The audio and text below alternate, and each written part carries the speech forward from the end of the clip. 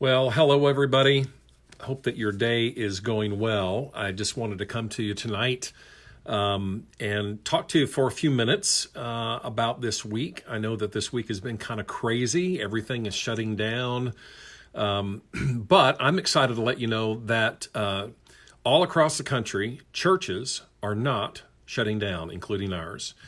We have an opportunity this week to continue to meet as a church online, which we will do on our YouTube page. And I hope that you subscribe to our YouTube page. Our YouTube page is simply youtube.com/journeyrva. That's a really simple way to connect with us.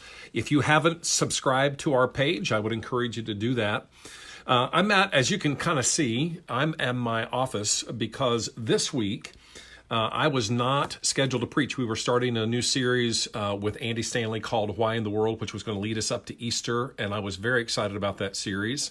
And then as the week progressed, we were starting off the week saying, okay, how do we make our environments clean and safe? And so we went through all of that.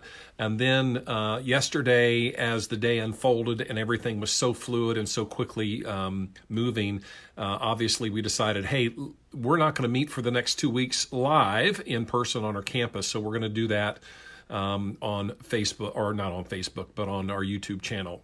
So hope that you're going to be able to join us. We're going to stream that service at 11 o'clock. And so this actually is going to begin streaming of our services every single week, the entire service, music, the whole service. And so this is a great opportunity for us to continue to meet as a church. And what I would encourage you to do is to have a watch party. Many of you are in small groups, and this might be a chance for you to have your small group over. The authorities are saying, hey, scale back on gatherings of more than 200 people. And so in small groups of 10, 12, 15 people or so, that shouldn't be a problem as long as you're feeling okay, as long as your health is good. And so I would encourage you to do that. But have a watch party. Have a watch party with your small group. Maybe this might be a chance to invite some people to experience our church online and invite them to watch with you, right? Maybe pull some neighbors over or some friends who normally don't go to church and just say, hey, our pastor is going to be giving a special message this week. And so this would be a great opportunity for you to meet with some of your friends, or at the very least, spread the word around.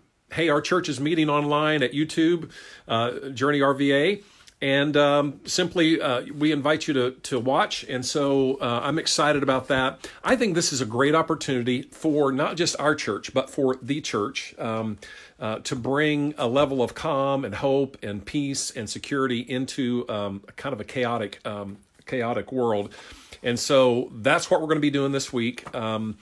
I've been working all day preparing for Sunday. Again, wasn't planning on preaching this week, was really focused on Easter and what followed Easter. In fact, to let you know, several months ago, as we planned for our message series, I had planned to do a series after Easter called, are you ready for this? Anxious for Nothing. That's right.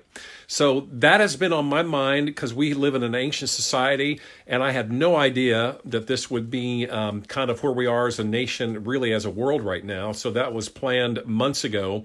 And so we're still going to do that series, but over the next few weeks, I'm going to be just talking with you every week from during our services on Sunday. And so again, invite some people to do a watch party with you.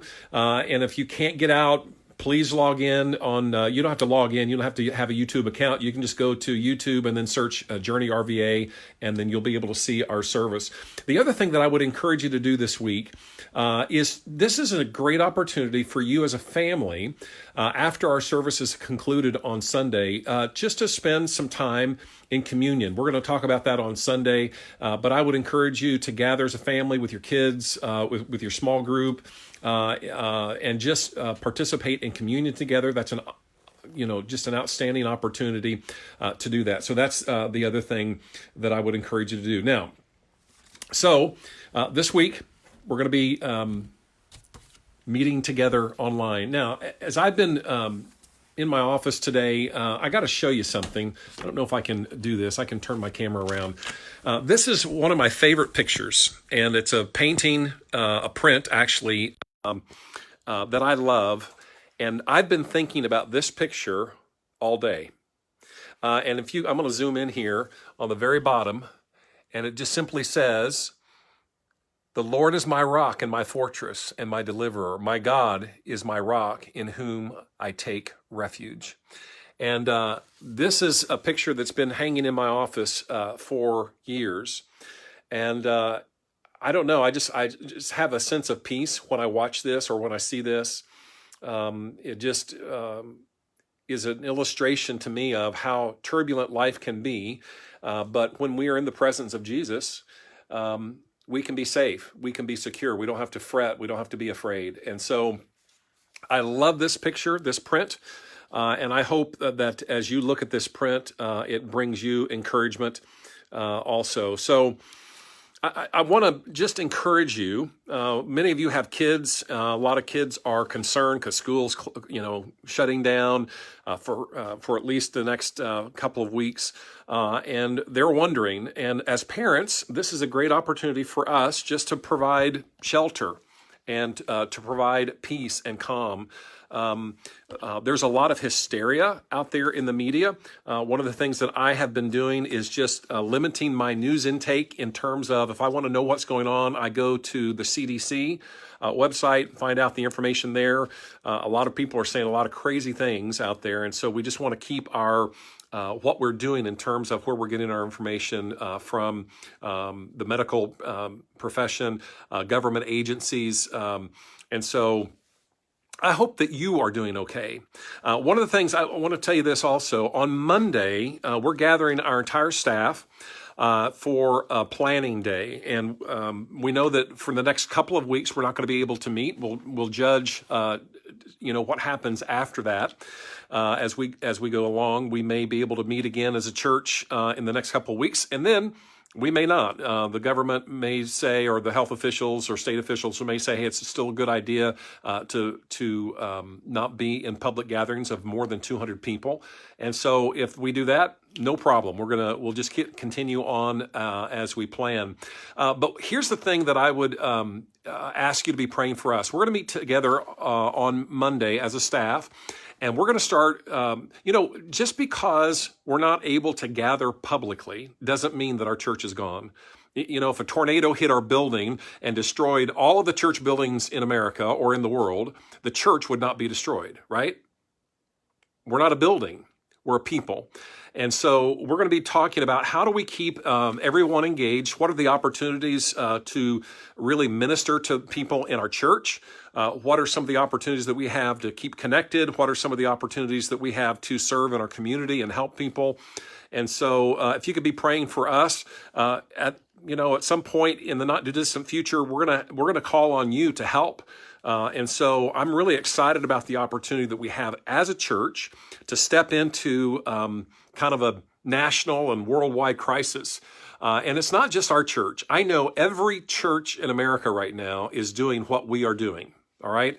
This is nothing new to us, but we are an outpost. We are a local church, and God has called on us to serve people in our community and in our world, and that's exactly what we're going to do. So I'm really excited because this really is the heartbeat of our church, and so this is going to be really fun. All right. So what I would just say to you is, let's be calm. Right. We don't have to fret like everyone does. We don't have to be sensational about what happens. I think we take everything with soberness, and we will do that as a church and as a group of people.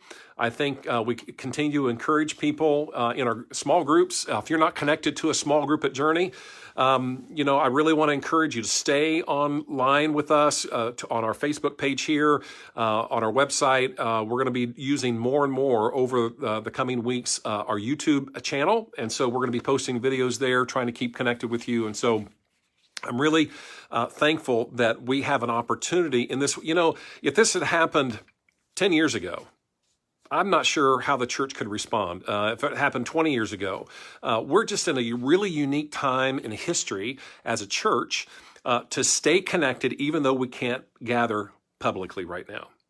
And so I'm really thankful for that. So, hey, I'll wrap this up, but I just want to tell you guys, I am praying for you. I'm praying for our church.